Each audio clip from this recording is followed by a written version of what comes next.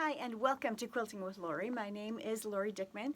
Today we are on part 13, the conclusion of our beginning quilting sampler quilt.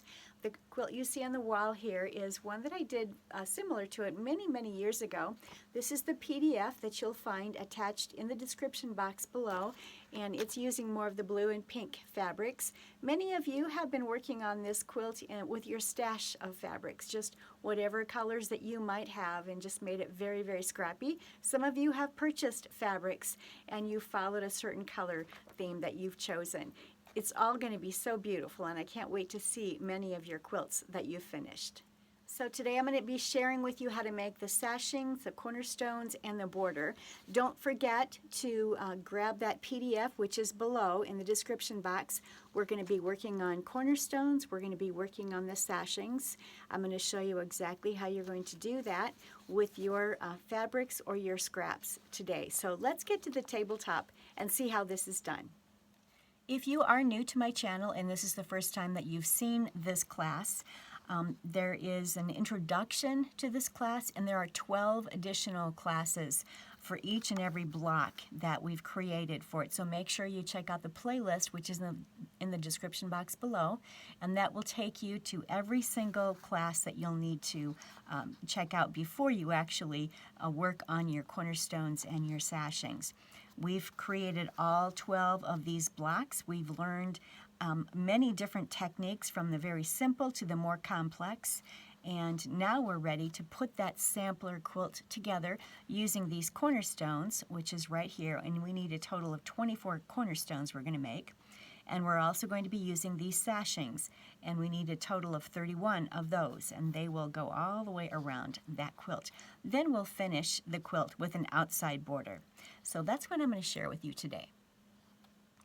The introduction class to this beginning sampler quilt talks to you about fabric selection, and what I did, I found this fabric, I'm calling it my focus fabric.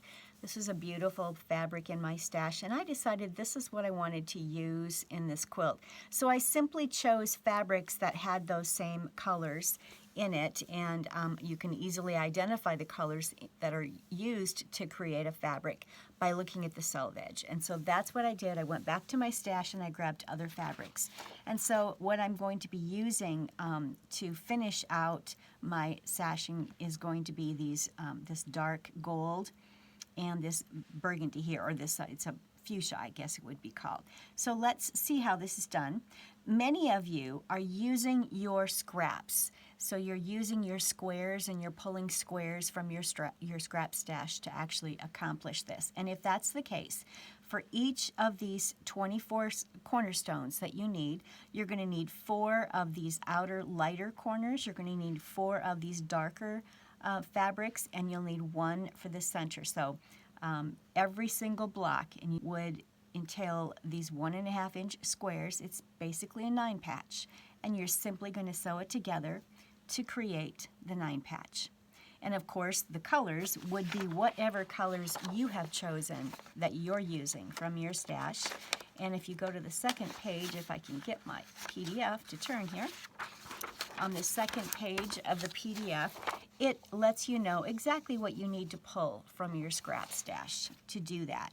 What I chose to do, because I am using some yardage to create my quilt, I simply made strip sets. So what I've done here, I've cut the fabrics, the width of the fabric, by 1.5 inches wide. So I needed a strip set here, which is the pink, the dark gold, the pink. So that's that strip set and that strip set. So I've sewn them together, and I will subcut this into 1.5 inch segments all the way across there. And I'll create quite a few of these little subcut sections right there. This is the strip set that's required for the center right here. And I've sewn these 3 units together, the dark gold, the bright, I guess it would be a fuchsia, and then I'm going to subcut this into 1.5 inch segments all the way across here. And that will give me what I need here.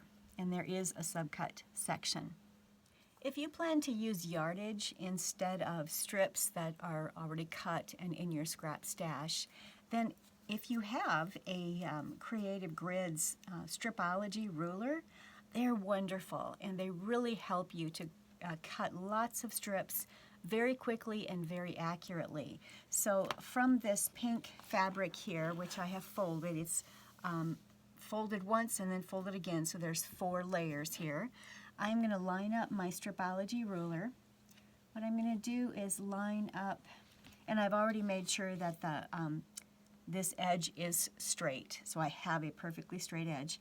I'm lining up the edge of it with this line right here, which is the 0 mark on the ruler. And then I'm going to line up the top. Let me stand up and make sure that that's lined up there. Okay, there we go. Now let me make sure that you can see what I am cutting here. Here we go. I'm going to be cutting 1.5-inch strips, and I'm going to cut 4 of them. So I'm going to, this is lined up on the 0, so I'm going to go over to 1.5 inches here. And there's a little cutout which allows your rotary cutter to get right in there. So that was 1.5. Then I'm going to go over another 1.5 inches. Now I'm at the 3. Now I'm going to go over another 1.5 inches. I'm at 4.5. Now I'm going to go another 1.5 inches and I'm at 6. Oops. All right, so I have cut those strips, 1, 2, 3, and 4. They're all ready to go. What's wonderful about using a ruler like this is that the fabric underneath cannot move. The entire ruler is holding down the fabric and it's not going anywhere. Therefore, as you're cutting, the top or the bottom of it is not switching on you, and that can often happen when you're just using a regular ruler. The top or the bottom of it might move a little bit and you're not getting completely accurate strips. With a stripology ruler, you are getting perfectly straight strips. You can also cut so many other things with your stripology ruler, and the directions come with each of the rulers and show you everything that you can cut, including diamonds and triangles and diagonals. So I have seen quilters use their rulers and their rotaries in a variety of different ways. I have seen where they will place their ruler on top of their fabric. The right hand has been, the straight edge has been taken care of already, so that is perfectly straight. And then they will line up this ruler on the mat, and they're actually using the mat and the markings on the mat as their guide for cutting. And then they're lining up this ruler, so I'm cutting a 1.5-inch strip here. And so then they're laying their ruler on top of the fabric. That does help to keep the fabric straight. Just keep in mind you're using your mat as your measuring stick, if you will. And as long as you're, as you cut your entire quilt in that same method, everything should be fine. But if you're using a ruler this way, and this is another way that quilters will, in fact, I often cut my fabric this way. I'll make sure that that edge is perfectly straight, it's on grain. And then I'm going to come over here to the 1.5, and I am going to cut 1.5. I'm using the actual ruler as my measuring guide and not the mat. And so let me go ahead and cut. And it does stay level, but sometimes people have a hard time with the ruler moving. So you do have to make sure that you ground your ruler. I would like to keep a couple of fingers off the side of the ruler, and fingers up here, fingers down here, that help to keep it steady. So you just have to get accustomed to using the ruler and how you plan to use it. So those are 3 different ways to literally get your strips cut from your fabric. So I'm sewing these 3 strips together, and the first 2 have been sewn together, and now I'm attaching this one. It's a very simple process.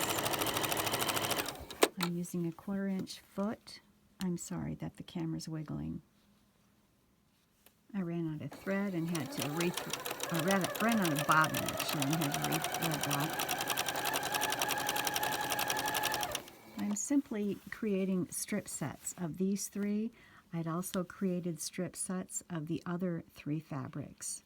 And it's basically width of fabric strips. I've just cut 1.5-inch strips from edge to edge. And I'm sewing them together into these sets.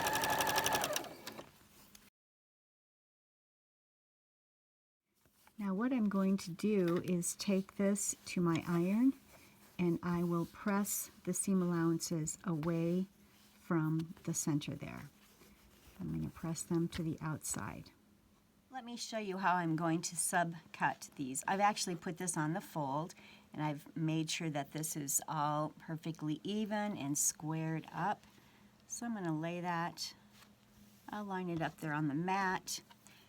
This is a grid here. It allows me to lay it on top of my fabric and cut in these little lines here. And what's wonderful about these grids, Creative Grid makes these, June Taylor makes these. I'm not sure who made this one. It doesn't actually say on here.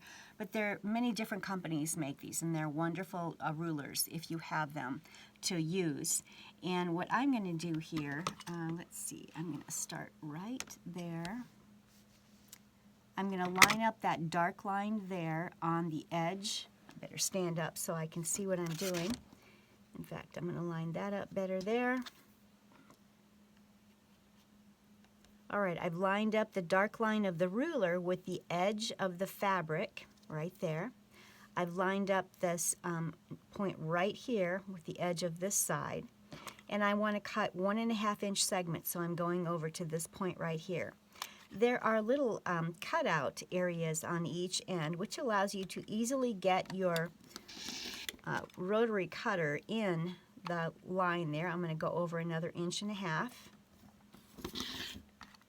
So you can see at this point, I've already cut out some segments. Because I had the fabric folded, I've cut 4 at once. So I have the outer segments ready to go, and here is an inner segment, so I can just simply sew those together to create this unit.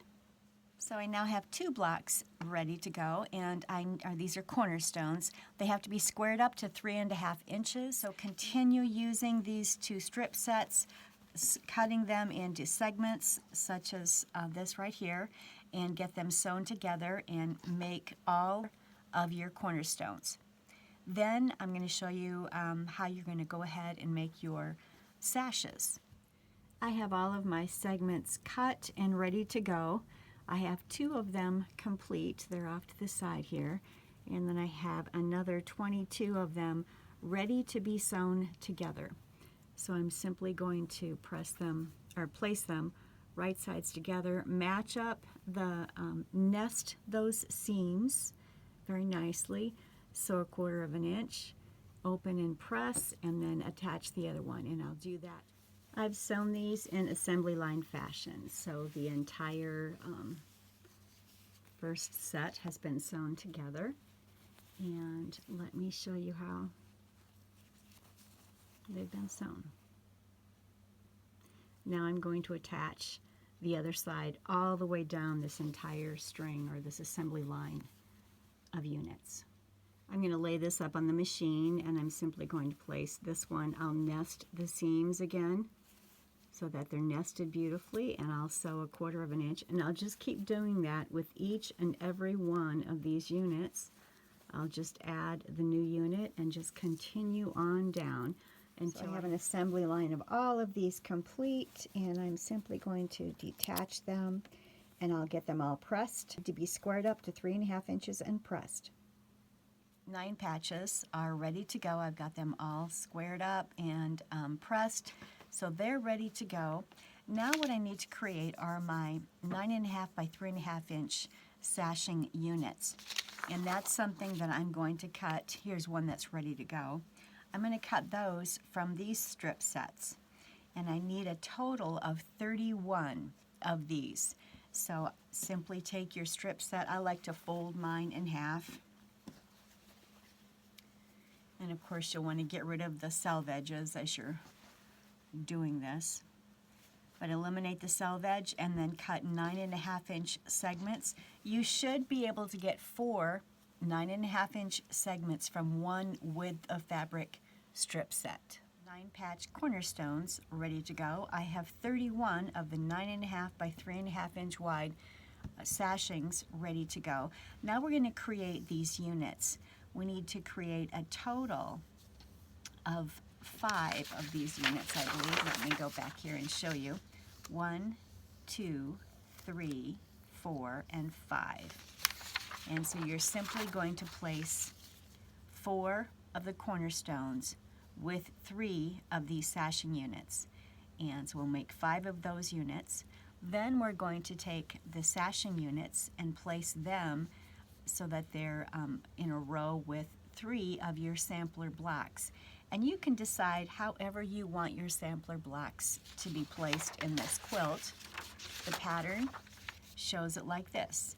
It doesn't have to be placed in the quilt this way. You can place these blocks in here any which way you'd like to. Maybe you've only made 9 sampler blocks, so then of course you're not going to have to make as many of the sashing rows, nor will you have to make as many of the cornerstones. But however you plan to go ahead and do that, you're going to make these cornerstone sashing rows, and then you're going to make rows of your sampler blocks with the sashing in between, and then you're simply going to sew it all together into the quilt, and then we'll frame it with that outside border. I've finished my 5 rows with the sashing and the cornerstones. I realized you only need 20 of these cornerstones, so just make 20 of them. I do have an extra 4 of them. For some reason in my mind I thought I had to have 24, but you only need 20 cornerstones. You do need 31 of these strip sets for your sashing. So 31 of those, 20 of those. So I have put 5 of these units together. They're ready to go. So I'll move that out of the way. Now I want to put together my rows with my sashing. So what I did, and I'll show you here a picture of what I placed on the floor. I laid out my blocks, my sampler blocks, in the order that I want them to be in their rows.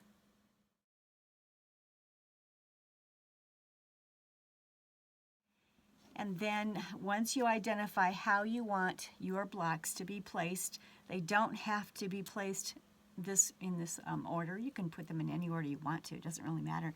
I'm going to go ahead then and put sashing in between each of those. So we'll sew a sashing with a block, a sashing with a block, a sashing with a block, and a sashing until you've constructed 4 of those. In my case, I do have 12 blocks, so I'll be constructing 4 of those rows. If you didn't make that many, maybe you only made 9, then you'll just be constructing 3 rows with the sashing and the block. So last evening I worked quite late getting my quilt completely pieced.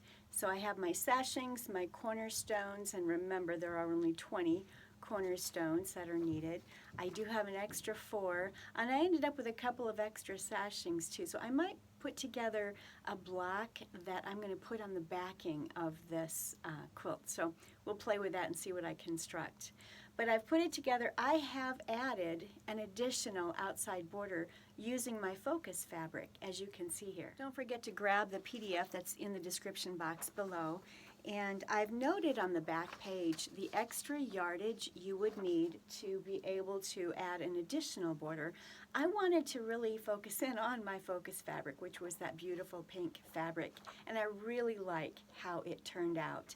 The quilt originally would have ended where that dark black outside border is, but I think that pink border just really tied it all together. So I'm really glad that I put that together. And the instructions are in here on how I did that. It was real simple.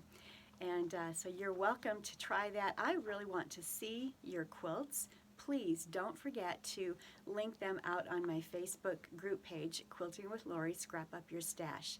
Head out there right now and get some pictures posted of anything that you're working on. But I do want to see your sampler quilts. Don't forget to include that PDF in your notebook for this class, because maybe at some point in the future you would like to make this class again, or maybe you want to share it with a friend.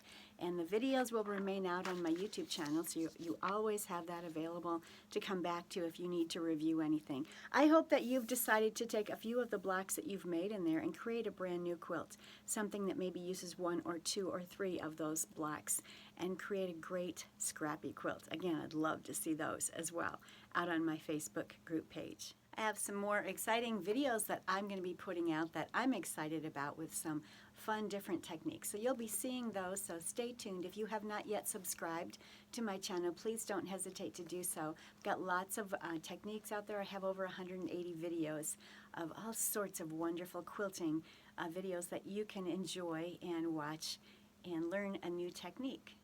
I love to read comments from my viewers, so please let me know what you're working on, what blocks you might be working on in this particular sampler quilt. And I just love to hear from you all. I love to be able to chat with you, so comment if you can, and don't forget to like and subscribe, and share these videos with your friends and family and quilt guilds. That really does help my channel to grow, and I really appreciate that so much. So until next time, happy quilting.